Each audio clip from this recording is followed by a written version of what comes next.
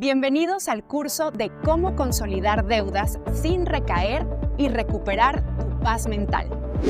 ¿Alguna vez han sentido que la deuda es como una enfermedad crónica, de esas que no se sabe ni por dónde empezar a tratar?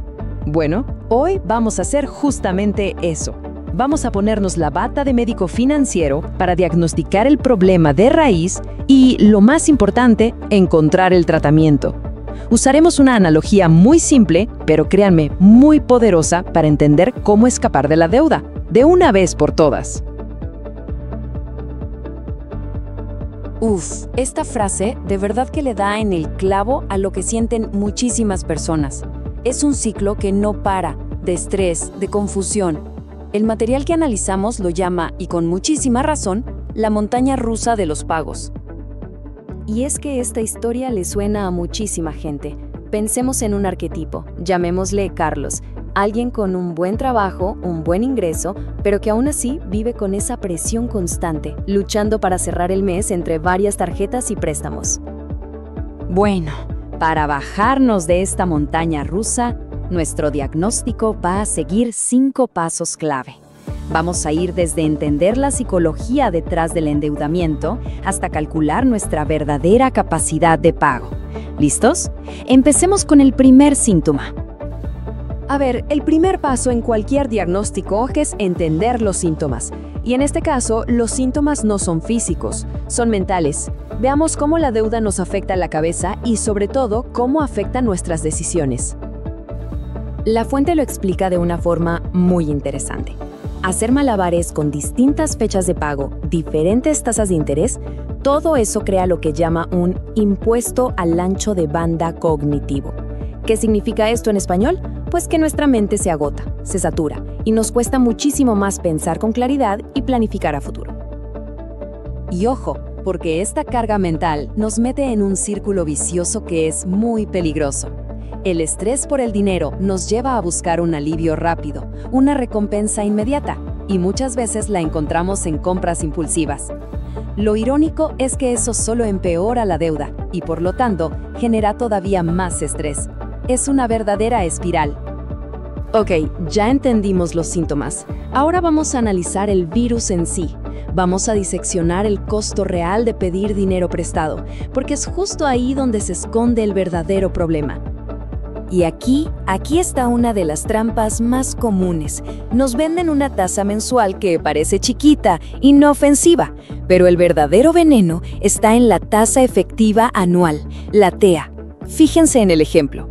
Ese 2.2% mensual que no asusta a nadie se convierte en casi un 30% al año. Es un costo gigantesco, mucho más alto de lo que la gente se imagina.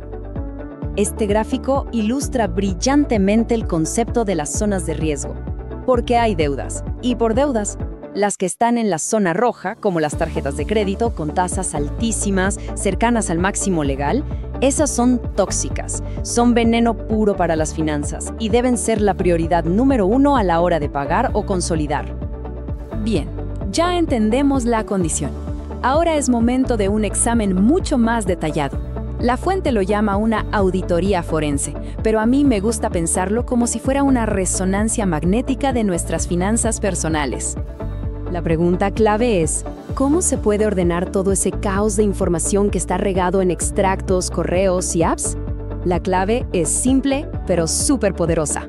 Hay que juntar todo y crear una sola imagen, un mapa claro y completo de la situación real.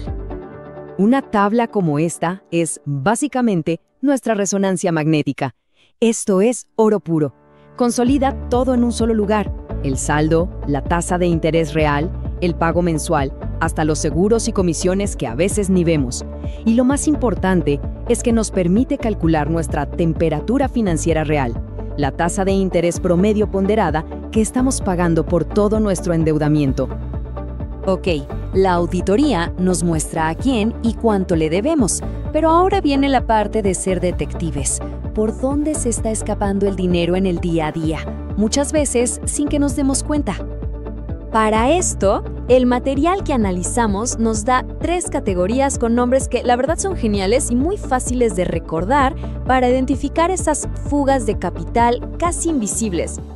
Primero, los famosos gastos hormiga.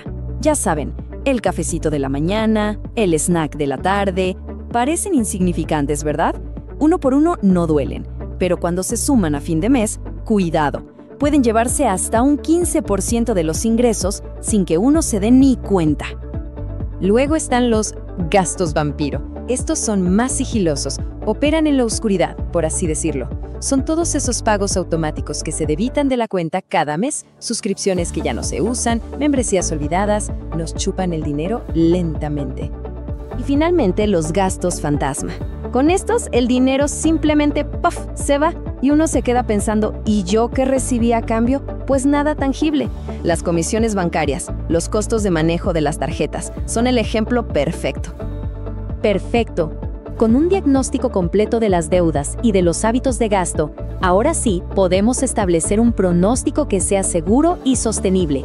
En otras palabras, vamos a calcular con cuánto dinero se cuenta de verdad para hacerle frente a los pagos.